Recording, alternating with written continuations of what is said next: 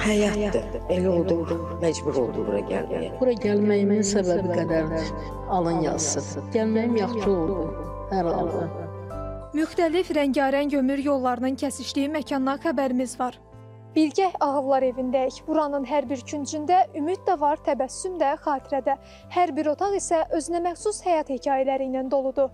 Boş vaxtlarında kimisi kitab oxuyur, kimisi fiziki aktivliklə məşğul olur. 78 yaşlı Rüxsarə Qasımova artıq buranı evi hesab edir. Deyir, Ağıllar evində gününü əsasən kitab oxuyaraq keçirdir.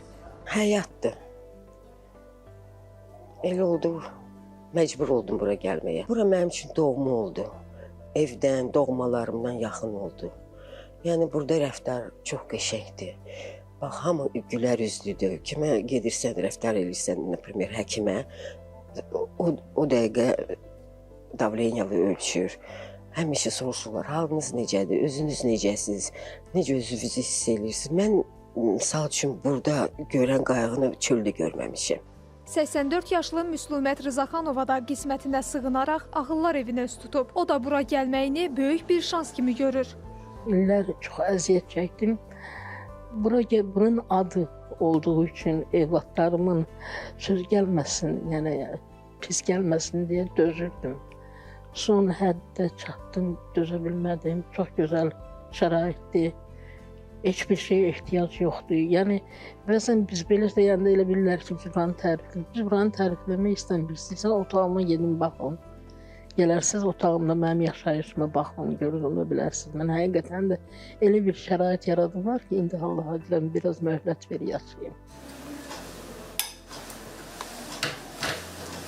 Buyurun Hüseyin. Çok sağ olun, çok sağ olun. Ağıllar evində sakinlərə müxtəlif xidmətlər göstərilir. Bura qəbulda isə fərqli kriteriyalar mövcuddur. Müəssisəyə yaşı 70-ə çatmış, onlara baxa biləcək əmək qabiliyyəti, qohumları olmayan ağır şəxslər qəbul edilirlər. Belə ki, müəssisəmizdə sosial məişət, tibbi sosial, sosial-psixoloji, sosial hüquqi, həmçinin onların həyat səviyyəsinin yüksəldilməsi məqsədi ilə mədəni asudə vaxtlarının daha yaxşı keçirilməsi ilə sosial-mədəni xidmətlər də göstərilir.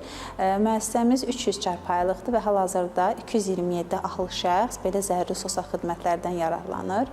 Həmçinin əlavə olaraq qeyd etmək istəyərdim ki, bizdə göstərilən sosial xidmətlər fəal yaşlanma prinsipinə əsaslanmışdır. Yaşlılıq hər bir insanın həyat yolunun qaçılmaz mərhələsidir. Ağıllar evində gördüyümüz mənzərə bir daha sübut edir ki, insanın ən böyük sərvəti ömrünün sonuna qədər onu müşahidə edən dəyərlər, diqqət, qayğı və mərhəmətdən ibarətdir.